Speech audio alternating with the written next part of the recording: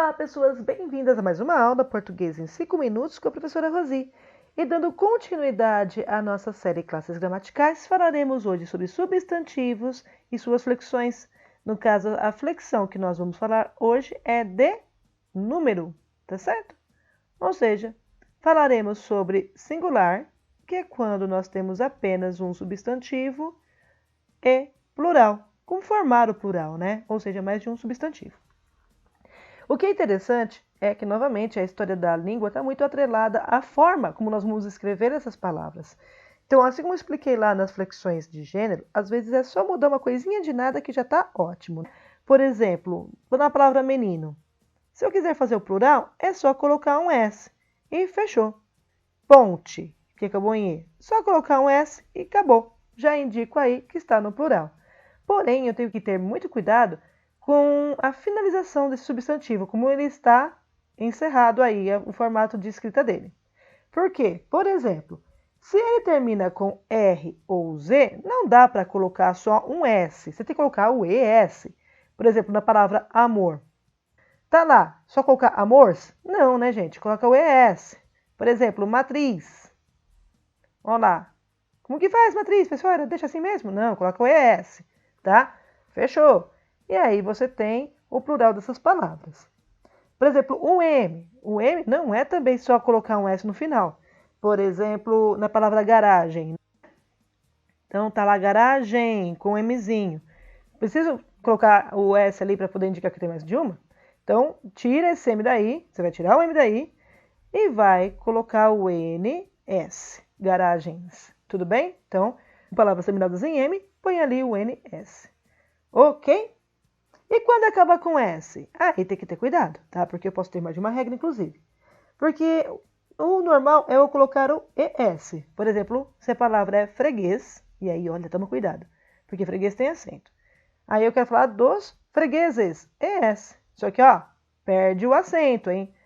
Ou seja, antes ela era uma oxítona. A partir do momento que eu coloquei esse ES, virou uma paroxítona e perdeu o acento. Então, presta atenção nisso também. Tudo bem? Agora, por exemplo, a palavra pires. A palavra pires vai ser só pires mesmo, tanto no singular quanto no plural, ou seja, ela vai ser invariável. Quem vai decidir isso aqui vai ser o uso do artigo. É igual lápis, tá? Então, eu vou falar o lápis ou os lápis, o pires ou os pires. Aqui ela é invariável. Então, quem vai decidir isso é o artigo. Fechou? Continuando. Cuidado quando termina em L, tá? Porque terminou em L, eu preciso prestar atenção. Geralmente, quando termina em L, eu coloco IS. Então, como acabou lá, AL, EL, OL ou U. Só tirei o L e coloquei o IS, né? Por exemplo, varal. Então, vamos lá. Vou pegar varal. Outro aqui. Painel. Outro aqui. Anzol. E outro aqui, ó, pau. Fechou? Então, gente, não é varaus, né? Não é panéus, não é anzols, nada disso. Você tirou o L, deletou o L aqui, ó, tira o L de todos eles. O problema é que a pronúncia do nosso L brasileiro ficou igual o U, né? Então, a gente acha que é só colocar o S. E não é. Tu coloca lá, IS, varais, painéis, anzóis, paus. Tá certo? Coloca o IS aqui. Agora, se acabou com IL aqui, ó, presta atenção, porque o IL já é diferente. No caso do IL, o L cai e você não coloca o IS. Tá? Por exemplo, ó, barril. Se você colocar o IS aqui, não faz sentido, né, gente? Então, é só tirar o L daí e colocar o Szinho ali, ó, barris. Fechou. Já fez o plural. Tá bem?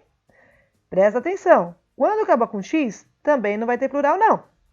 Por exemplo, a palavra tórax. Então, não existe tóraxes. Não. Você só vai indicar também pelo uso do artigo. O ou os tórax. Tudo bem? E o N também está fácil. No caso do N, é só você colocar o S no final. Então, tá hífen. Né? Não precisa mudar a letra. É só colocar isso assim, ó. E fechou. Tá bom? O que é chatinho? O ão. Né? O ão tem um plural aí um pouco complicado, porque depende realmente da história da palavra dele. Então, por exemplo, Geralmente, quando eu tenho lá a palavra assim, ó, cidadão, é só colocar o S. Cidadão, cidadãos, nada de cidadões, tá? Agora, a palavra ilusão, por exemplo, já tem um complicador, tá? Porque o latim era illusiones.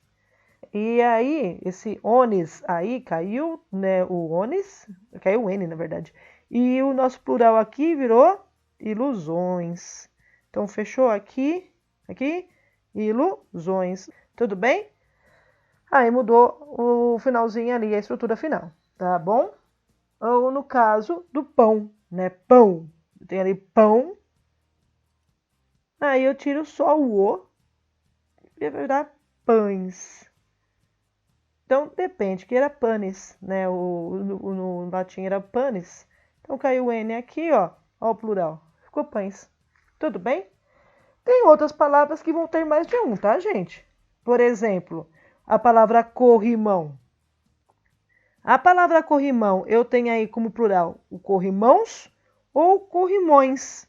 Então eu posso fazer corrimões aqui também. Existem as duas formas. Por quê? Porque a história da língua foi mudando e aceitando alguns formatos, tá? Uns eles aceitaram, outros não. Aqui no corrimão, corrimões, ficou ok para ambos.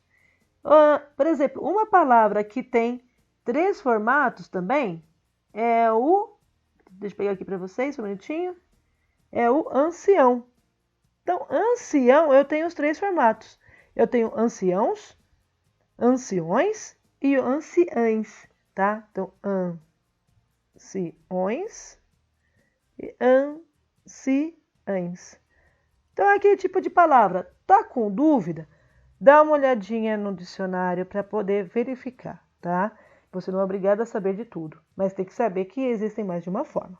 Tudo bem? Ok. Outra questão também que vai mudar, né? Às vezes é só colocar o S, mas na hora de falar, muda a pronúncia. Por exemplo, porco.